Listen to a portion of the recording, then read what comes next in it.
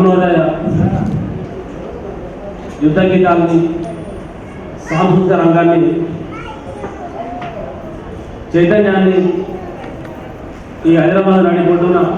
BST హాల్లో జరుపుకుంటున్న దానికి బాధ్యత వహిస్తున్న నాయకత్వం వహిస్తున్న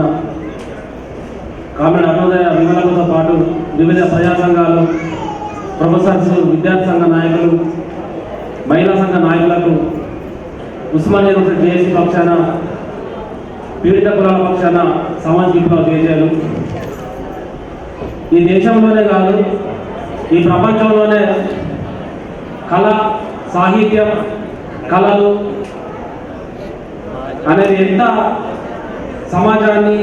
ప్రపంచాన్ని జాగృతం చేస్తాయో, చైతన్యం చేస్తాయో తెలియడానికి ఈ ప్రపంచ చరిత్రలో చాలా సంఘటనలు ఉన్నాయి, చాలా రోజులు ఉన్నాయి. ఈ ప్రపంచాన్ని, ప్రపంచ ఫిలాసఫీని నాగరికత వైపు నడిపించిన మెసొపటోమియా నాగరికత నుంచి మొదలు పెడితే ఇండస్ వ్యాలీ వరకు, మన దేశం ఇండస్ వ్యాలీ వరకు పురావస్తు నిపుణులు తవ్వే కొద్దీ మానవ పరిణామ క్రమం అభివృద్ధి చెందుతున్న క్రమంలో శ్రమ ఎంత ఉపయోగపడ్డదో, జ్ఞానం ఎంత ఉపయోగపడ్డదో కళ కూడా అంతే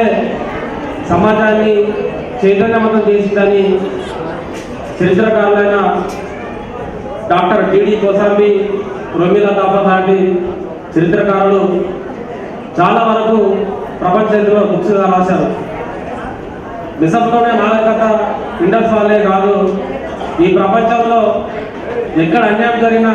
స్పందించాలి, రాజ్యానికి ఎదురొడ్డి నిలబడాలి, కళలుగా, సాహిత్యకారులుగా సాహిత్యాన్ని వివిధ రూపాల్లో ప్రదర్శించాలి అని చెప్తూ ఆచరిస్తూ బ్లాక్స్ మొదలు పెడితే సౌత్ ఆఫ్రికా బాబ్ మార్లే కానీ, బాబ్ రాబ్సన్ కానీ, ఈవెన్ మైకేల్ జాక్సన్ కానీ, మార్టిన్ లూథర్ కింగ్ జూనియర్ నుంచి మొదలు సీనియర్ వరకు కానీ ఆ తరిమిల ఆశాంతం ఎన్నో సమస్యల్ని, ప్రపంచ సామ్రాజ్యవాదాన్ని తడుముకుంటూ సౌత్ ఆఫ్రికా నుంచి మొదలు పెడితే నార్త్ ఈస్ట్ సాల్వర్ నుంచి ఇండియాకి వచ్చిన భారత విప్లవోద్యమ యుద్ధ గీతం కాళూరి వెంకటేశ్వరరావు అయినా, చార్మలందర్ అయినా, నాగిరెడ్డి అయినా, సిపి రెడ్డి అయినా ఈ దేశంలో, ఈ సమాజంలో సమస్యల్ని తడవని అంశం లేదు. అది ప్రజాస్వామ్య హక్కుల పరిరక్షణ కావచ్చు, దళిత మైనారిటీల రక్షణ కావచ్చు,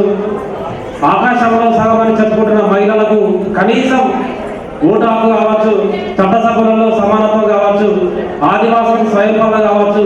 1/70 యాక్ట్ చట్టం యొక్క ఆవశ్యకత కావచ్చు, పీసా యాక్ట్ అమలు కావచ్చు, దళిత బహుజనుల రాజ్యాధికారం కావచ్చు,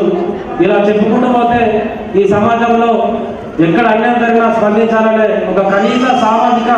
మానవీయ విలువల్ని, కనీస సామాజిక న్యాయ సూత్రాన్ని చెప్పి ఆచరించిన గొప్ప సంస్థలలో అరుణోదయ ఒకటి. 2010 ప్రాంతంలో ఒక స్వీడన్ రచయిత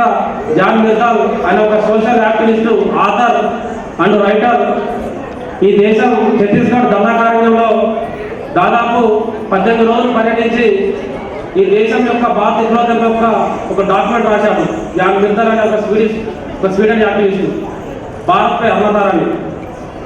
చాలా మందికి తెలియని విషయం ఏంటంటే పాపం ఆయన స్వీడన్ యాక్టివిస్ట్ అయిన జాన్ మిర్టాల్ జస్ట్ 2010 తెలంగాణ మూవ్మెంట్ ప్రాంతంలోనే ఇండియాకు వచ్చిందని చాలా మంది ఆ మధ్యలో చిత్ర జరిపారు. కానీ 1985 మా ప్రాంతంలోనే మా సంగుల గ్రామానికి పక్కన ఉన్న నిమ్మపల్లి గ్రామంలో బొందల భాస్కర్రావు అనే ఒక భూస్వామికి వ్యతిరేకంగా జరిగిన రైతాంగ పోరాటాన్ని రికార్డు చేయడానికి స్వీడన్ నుంచి ఇండియాకు రావడం జరిగింది. ఆ పోరాటానికి నాయకత్వం వహించిన comrade Rajanna alias Bahujan alias Amar ఈ దేశంలో, ఈ రాష్ట్రంలో, ఈ తెలుగు నేలపైన, ఈ పీడిత కులాలపైన అరుణోదయ సాంస్కృతిక సమైక్య ఎంత కార్యక్రమాత్మక అవసరం ఉన్నదో ఆ రోజే డాక్యుమెంట్ వేయడం జరిగింది. అంత అద్భుతమైన ప్రజాకళని, సాహిత్యాన్ని ఈ తెలుగు నేల ఎప్పటికీ మర్చిపోదు. ఎందుకంటే అల్లికలన్నీ అంటలని అయితే రాతలన్నీ రాజనిస్తుంటాయని కామ్రేడ్ కళ్యాణరావు రాసిన మాట